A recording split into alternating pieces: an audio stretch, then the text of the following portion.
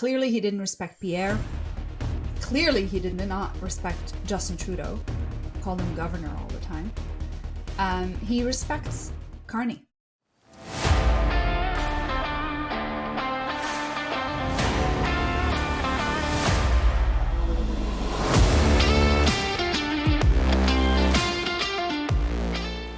Hello, everybody, and welcome back to the Radical Center, where we talk about everything that you need to know in Canadian politics, and maybe some things you don't need to know, but we'll find out about them anyway. Anywho, hello, Cody. What's going on? How are you? I'm doing great. The sun is shining. Spring and summer is in the air. I'm wearing shorts right now, so the weather is beautiful. The only sad thing is some of my shows are coming to an end. I'll have nothing to watch over the summer. What shows is that? What show is that?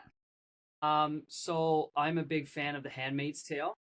Okay. But that's kind of coming to an end rather permanent. The Rookie, I like The Rookie. Mm-hmm. I'm fascinated with reality television. So, but a Thousand Pound Sisters, they just started their 7th season, I believe. So that's the only thing I'm gonna have to watch over the summer. Okay. What about you? That sounds exciting. I don't necessarily have specific shows that I watch. I'm more of a, movie person, or like an 8-part series kind of person. I love to watch a lot of documentaries and stuff like that, but I am enjoying the summer. I cannot wait for beach season and patio season, which I believe has officially started today. And it's great. It's really, really great. It feels so great to be outside in Ontario politics after 2 elections. That's expected. People are tired. Everyone's tired, including the politicians themselves. But this week has been a bit interesting. Mr. Carney, Prime Minister Carney, went to Washington. He sat down with President Trump. He had a conversation. Very eloquent, very, very diplomatic. Very good, I would say. I thought he did a very good job handling Mr. Trump. What do you think, Cody? Well, I hope you're ready, because I'm going to piss off some of my fellow conservatives, and I'm going to bring a smile to some of my liberal friends. So I would just make sure that you hold on to your socks, because I'm gonna blow them right off. Okay. I'm ready. Let's go. Okay, you ready? Look, I think Mark Carney's job was to go into that meeting and act more like Keir Starmer and Emmanuel Macron, because we learned from Zelensky that you can't go into the Oval Office on Donald Trump's turf and pretend to be the tough guy. I wouldn't say that I was shocked, or that I was impressed or indifferent. But I have to say my jaw was it was physically close to the ground when I heard Mark Carney and Trump in that meeting. I think that Mark Carney dealt with Trump in the way that Trump respects, with humor and with respect. And Carney actually made me laugh for the first time ever, because he smartly called Trump transformational president, focused on workers, world security, and the economy. And even when Trump mused about the 51st state, he responded with a good line about some real estate not being for sale. And he spoke about Buckingham Palace and whatnot. And that got Trump smiled at that. So I think Carney handled it well. And while I believe that most of his policies are bad for the country, and I do hope that a lot of them are failed to be implemented, I'm glad that he made ground with Trump. They seem to have a good rapport. They seem to have good first impressions. And I hope that he makes a deal with Trump. The last thing that I would say is that there are conservatives who will think that Mark Carney bowed to Trump, and there are liberals who will think that Trump bowed to Carney. But I think they're all wrong. I don't see it that way. I think the ground is somewhere in the middle. The real test for Mark Carney, after getting through this, is that he now has to make a deal with Trump. How do you think that the meeting went? I agree with you. I thought it went really well. I don't think anybody bowed to anyone. It seemed like a meeting between two people who were on the same level.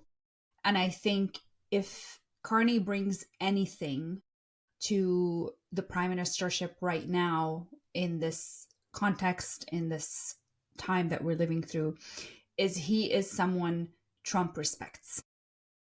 And that goes a long way with someone who has a personality like Trump's. Clearly, he didn't respect Pierre. Clearly, he did not respect Justin Trudeau. Called him governor all the time. He respects Carney, and I think that's going to make a huge difference. And I also think the way Carney carried himself was very diplomatic, but very clear, very firm, very, you know, uh, a bit different than, okay, Pierre never got to be prime minister, so we don't know how he would have handled it, but maybe he would have been trying to meet Trump on his turf, insulting him and all that, which would not have worked. Trudeau, in the same vein, basically tried to ignore Trump the way you would when somebody's a bully, but that didn't work, right? Because he's the president of the United States, not actually a schoolyard bully who's just going to go away. He's not going away. The way Carney is dealing with him is he is respectful, firm, but also setting very clear boundaries, which is the perfect way to deal with Trump right now. And it helps that Trump seems to respect Carney. He says he likes him. He says he respects him, calls him prime minister, and he even made the connection that he didn't call Trudeau prime minister, he called him governor. So I think that's going to make a huge difference in the negotiations. I also think that things are going to soften with the United States because I think they have to. There's too much going on in the world. There's just a lot that's going on in the world, and I don't think Trump or the US is going to want to continue this fight with its closest ally and its neighbor. And I think things need to soften. They need to get an agreement. They need to get it done and move forward, and focus on all the other things that are going on in the world, such as, a war that's breaking out between Pakistan and India, which will be very, very, very bad for everybody involved. And yeah, that's kind of what I think. I thought it went well, and I don't think anybody. I know I've seen commentary about, he should have fought him harder or whatever. Nope, I think he did exactly what he needed to do. I think he did very, very well. Yeah, and I've said from the very beginning about the 51st state thing and Trump calling Trudeau governor Mhm. Trudeau. I have been firm in believing that that was something specific to Trudeau, and I think that that has borne out. The other thing that I would say is that especially with, we just went through two campaigns where the focus of the campaign was Trump, and both party leaders like Mark Carney and Doug Ford, they took up the elbows up and the Canada strong and the Canada not for sale, uh, slogans and taglines and virtue signalings, whatever you want to call it. But I've been relatively calm throughout this entire thing, and I've been very clear from the beginning that Trump is many things, but he's not unpredictable. Since before he got into politics, he thought that tariffs were the best word in the dictionary, and that's an exact quote from him. I've said that these tariffs are used as a negotiating tactic to get us a secure border, fund our military, and fix irritations that we have on trade. Mhm. And there will be issues like telecommunications and banks and recently, his whatever he's talking about with the film industry. There will be things that Trump shoots out there to try and get people distracted. But at the end of the day, even before Carney came along, The government was able to get 2 out of 3 of those issues solved. And now Carney has to get the third thing fixed, which is the irritations when it comes to trade. This is what he was elected on. He has to get a deal because he needs a clear victory to show to the people who voted for him that, look, you elected me to get the job done, and I'm getting the job done. The United States has been, still is, and will continue to be our closest neighbor and ally. They are the biggest economic and military superpower in the world. And while Trump's tactics are unconventional, we still have to deal with it. So I think you're right. I think you're right, and I agree with you. I think that as things go on, as we get into the summer, hopefully Mark Carney will be able to get a deal with President Trump. I think that is, as time goes on, Trump will be in the news as he always is, but I think that the relationship, not that it might get better, it has to get better, because especially when it comes to trade, and again, we can fight all day about whether the reciprocal tariffs are justified or unjustified. Countries are cutting deals with Trump, and at the end of the day, our closest neighbor or closest ally, like or one of them, the UK, they just made a deal with Trump. So we'll see how things go, but I think that we largely agree that the meeting with Donald Trump went well. Yeah, I agree with that. He's going to swear in a new cabinet. Very exciting. Very, very, very cool. What do you expect of this new cabinet? Do you expect a bigger cabinet, a leaner cabinet? Do you expect him to keep the same cabinet he has? Well, I think that one of the best reports that I've heard, and I'm sure you'll probably agree with me on this one, but there's a rumor going around that Melanie Joly may not be the foreign minister anymore. And I'm very happy about that. I hope that's true, because she is probably the worst. Clip that and tag her in it. Yeah. She is the worst foreign minister that we've had in this country's history. I agree. She cannot articulate what she ate for breakfast, let alone what's going on in the world. Mm-hmm. Some of that is partly due to the Trudeau government itself, but some of that lays squarely at her. If I were advising Mark Carney right now, since it seems that the Minister of Everything, Dominic LeBlanc, is going to get a break, I think that Dominic LeBlanc should be the foreign minister, because he seems to be an adult in the room that has the experience necessary to, at the very least, represent our country in a good fashion on the world stage. As to who's going to be in cabinet, I think that there are many names out there that will come into cabinet that just got elected. I think Leslie Church will most likely get a cabinet position because of her experience in finance.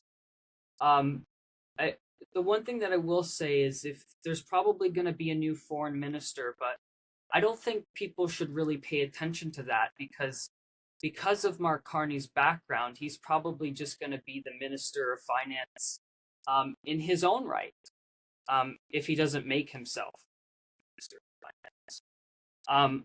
But it's his opportunity to show the country that he's different. And he will have to, if he wants to do that, he will have to shuffle out some of the old faces. There will be old faces that will be in that cabinet. But I think we are well past the point in criticizing, the cabinet being the same and all that. We litigated that during the election. It's clearly not a convincing argument to the public. So we'll see what happens. But again, Trump is not the only issue on our agenda. We have a severely broken economy, a housing crisis, healthcare crisis. There are so many things that this country has to deal with other than Trump. And I'll be watching to see what type of signal he's going to be sending to blue collar workers like myself, who typically, voted NDP and have now moved over to conservative. Southwestern Ontario, the GTA, all of these places. I would suspect that he would he would make his cabinet very Quebec heavy as well, just because he made a lot of grounds in Quebec, and he will need voices there in order to stave away opposition from the bloc conservatives. So I kind of went on a little bit of a tangent there, but you go ahead and what do you think about the cabinet? I agree with everything you said. I look forward to a new foreign minister. If it's Dominic, I think that would be great. He is certainly the adult in the room. He's done a really good job in everything that he's held. But also, there needs to be a shift away from the Trudeau inner circle, right? There needs to be, some distancing, some newer faces, some new fresh ideas in cabinet. There's a lot of people who are very experienced who never got a chance to be in cabinet because they just weren't part of the Trudeau inner circle, right? So I think I look forward to shaking that off. And if Melanie is going, that's a good sign that that's being shaken off. Of course, some people, will stick around and exactly like Dominic. I hope he sticks around because he's, very, very experienced and good at what he does. But we'll see. We'll see. I agree with your assessment on that. We have two other parties that struggled this past election. Their leaders both lost their seats, and now they have appointed interim leaders, both of them. Andrew Scheer is the interim leader of the official opposition, which is the Conservative Party, and Don Davies is the interim leader of the NDP. What do you think of both appointments, and where do you think this leaves each party? Well, Andrew Scheer and Don Davies are a little bit different because their circumstances, right? Don Davies is just going to be basically what John Fraser was and still is on Ontario, and that is the guy who's going to temporarily lead the party in the House while they find a new leader. The Conservatives are a little bit different. Not surprised that it was Andrew Scheer, because Andrew Scheer is a pure loyalist. He's done the job before. He was Speaker of the House, so he knows how the House operates. But Andrew Scheer is only going to be the interim opposition leader because there's this little quirk in the law that the leader of the opposition has to have a seat in the House. So while Pierre is still the leader of the Conservative Party, somebody has to lead the official opposition in the House. That's going to be for a short term until Pierre gets his seat in Calgary. I forget the name of the riding. Again, it's two completely different dynamics, and it's going to be interesting to see how the NDP move forward in terms of, having a leadership race for the real leader of the party. What do you think? I agree with that. I also think, we have to wait and see if Pierre actually wins his seat. He should win that seat. It would be very, very confusing. And I said this too, sorry to cut you off. If he loses that seat, then he has no other choice to resign because that's one of the safest Conservative seats in the country. If he loses that seat, it means Conservatives don't want him. And he needs to take a very, very, very clear picture of that and understand that, because, again, he should not have lost his seat that he held for 20 years.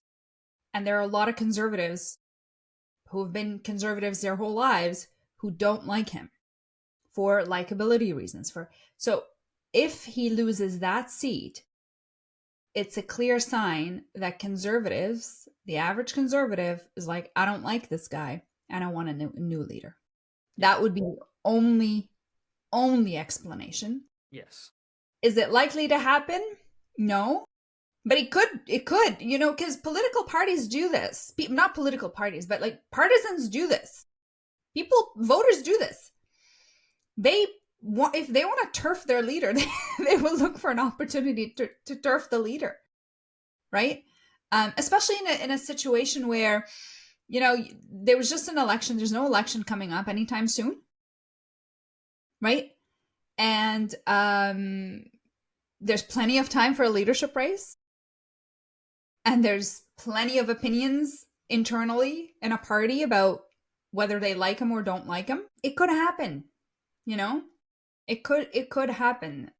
So we'll see how that goes. But we'll see. The NDP is in a different position, of course, like you said, because they will have a new leader, and that new leader will probably need to find themselves a seat.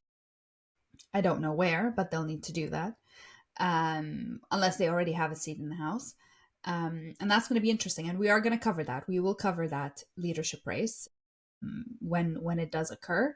I understand the NDP is still trying to work to get party status with Mr. Carney, and hopefully he'll give them that. We'll see. Honestly, I've gotten to the point where I'm thinking, I'll just give every party that gets elected party status. Why is it such a big deal? I don't know. It's not. I don't know. What do you think? Shouldn't every party get party status if they get elected? Well, it depends because, I mean, should the Green Party, who has one seat, should they get the same amount of funding and staff and influence that the other 342 members do? I don't know. It's a conversation that should be had. But I don't know. I think there's lots of arguments pro and con in my opinion. I think that there's, and again, it's up to the House too, right? Like the House can decide to award party status based on whatever. Like if like even provincially, if Doug Ford decided that if Doug Ford decided that he wanted to hire the party status and only give the PCs party status, he could do that too, right?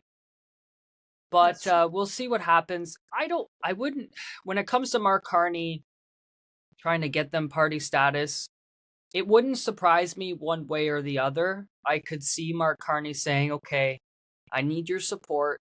If you give me votes on A, B, and C, or at least support the government for the next 6 months to a year, then yeah, we'll vote to give it to you. And then that's it, right? It's a done deal.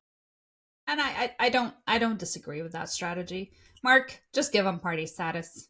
You need them more than they need you right now. So just make it happen. There are 4 more ridings that are still going through recounts, and that they are pretty tightly contested ridings. And we'll see how it goes. We've never seen an election like this, so many ridings won by such close margins. Very interesting. But yeah, there's 4 more ridings. I don't know if will it make a huge difference? We'll see. We'll see if any of them flip. Well, some of them, I think some of them, like Terrebonne and it was a Halton Hills South Milton, I think that's what it's called. Let me see. I have it in front of me. Oh, it's Milton East, Halton Hills South. Yeah. That flipped back and forth. Yeah. Between, conservative and liberal and bloc and whatnot. So when you have, like, especially in Terra Nova and the peninsulas in Newfoundland, the closest riding in the entire country, where it was only decided by 12 votes, you have 44 votes in Terrebonne. You have 29 votes in Milton East. Like, these are like razor thin margins that are going to require judicial recounts. And it could change the outcome because by the sounds of it, there were some ballots where the voter intention was clear to vote for one candidate, but they were discredited. If you look at, I think it was the Milton riding where there's 400 and something odd ballots that were rejected. So they're going to have to go through all those ballots, and they're going to have to challenge every single ballot. I mean, it could flip back. The margins are just so tight. Yeah. But it's interesting. I'm glad you mentioned that. I don't think that we've ever seen something like this where we've had this many ridings come this close. I think that we have had ridings in 2021, like one or two that were a couple hundred votes, but nothing like this.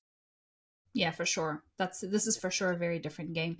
Let's move a little bit to provincial politics. We haven't talked about provincial politics in a very long time. I'm sure Doug Ford misses us very much.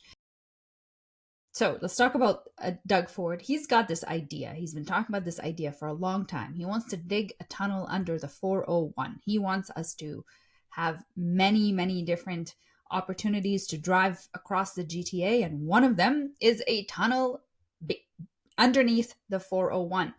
He's been talking about this a lot. Look, here's where I am with this. Does it sound like a good idea? Sure. Sounds like a good idea. The GTA is full of congestion. It sucks. I hate driving anywhere.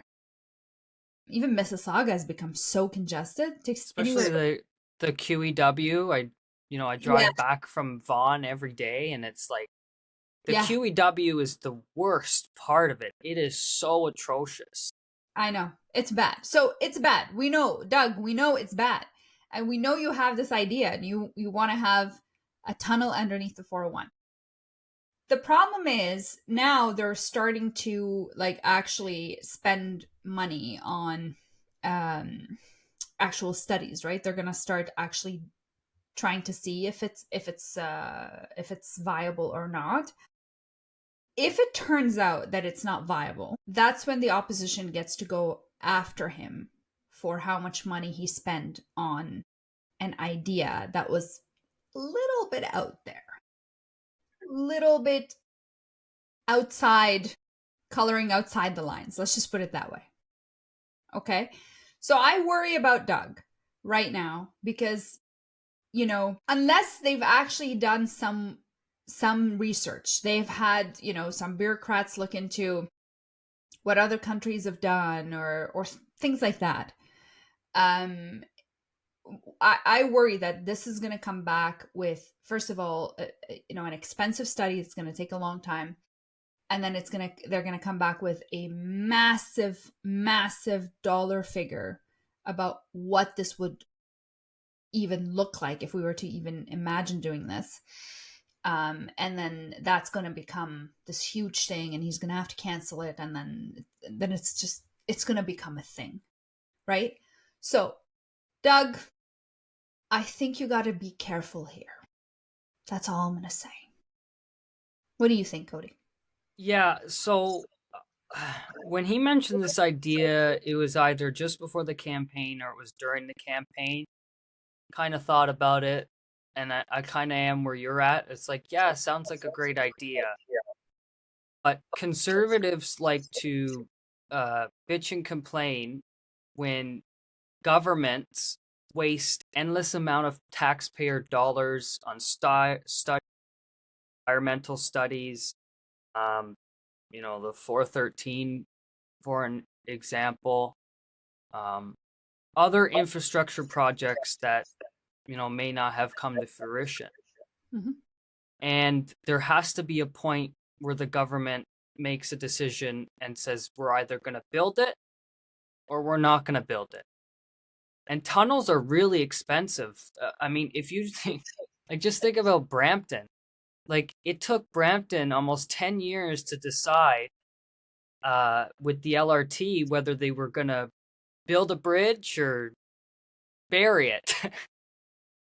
and that costs like billions and billions of dollars. And something like this, a tunnel under the 401 from where? From one side of Toronto to the other? Like, I would imagine that is going to be one of the most expensive infrastructure projects in Canadian history. It might even be bigger than many of the budgets of provinces combined, if they don't figure out what they're going to do soon or how this is going to work or whatever, it is going to be an opportunity for the opposition, because once again, they're going to say, look, you're wasting all this taxpayer money on environmental assessments. And, as a fiscal conservative, you should have a problem with that. So yeah, that's where I am with that. Yeah, it's not even about that. It's more about, because the idea is so out there, and it's very unlikely that they're going to come back with a dollar figure that is easy to digest, because it's going to be big. Like it's a massive project, right? They're not going to come back with like, oh, this costs, $30 billion and we can make it happen, right? It's going to come back with like a massive amount of money. And I think that's when the opposition will have opportunities to go after him, saying like, if you spend all that money on healthcare, what would happen? If you spend that much money on our education system, what would happen? There's so much more you could spend that much money on. So I think it's a message that is about to get out of hand. Right. And talking about that's about to like turn into, I don't know, like turn into a monster and start haunting him. And I think he just needs to like chill, be careful. Election's over. Maybe you could have forgotten about it. I don't know. Voters have short memories. So I just Googled how much it costs to build 1 kilometer of a tunnel. So very generic, okay? But what it says is actually it's about the tunnel, the 401 tunnel. Okay. It says that it would cost about 1.7 billion with a B. Yeah. $billion per kilometer. So if you're going from, I don't know, one end of Toronto to the other, that's still tens of billions of dollars. Yeah. I mean, we'll see. We'll see what the number will be. I can't imagine it's going to be 10 billion. It's going to be, especially with government sourcing and all sorts of things, and delays and procurement. Yeah. And studies to make sure we don't hurt the dandelions, as Doug Ford says. Like, there's no way it's going to be a 10 billion project. We'll see. All I'm saying is, Doug, be careful. This is about to get out of hand. This is about to get out of control. And it might have been a cool idea that you threw out there and got a lot of people talking. But now it might become, something that is your worst nightmare that you're going to have to deal with, and the media will hound you for it. So, but that is about it for today. That's all we had planned for today. It was still a lot. I always think, we don't have much to talk about today. And we end up talking for so long because we have so much fun doing this show. So we look forward to speaking with you again next week. Same time, same place. And we'll see what happens in this coming week. We'll talk all about this cabinet that's going to be sworn in. That's going to be exciting. And then we'll go from there. Cody, it was nice to see you again. Nice to see you as always. Thank you for joining us once again. And always good to talk to you. And Mother's Day is tomorrow. So I'd like to wish you specifically a very happy Mother's Day. And to all the mothers out there, a very happy Mother's Day, because I know you talk to any mother in the world, they will tell you that the best thing that they ever done was having a child. And, mothers, they birth us, which is a story all in itself. They raise us, and they're there with us for most of our lives. So take the opportunity to thank your mother for birthing you, because it sounds like a very hard thing to do. And raising you. So all very difficult things. Thank you, Cody, and happy Mother's Day to all the mothers out there, including my own. And I look forward to our next episode. Take Have a care, good everyone.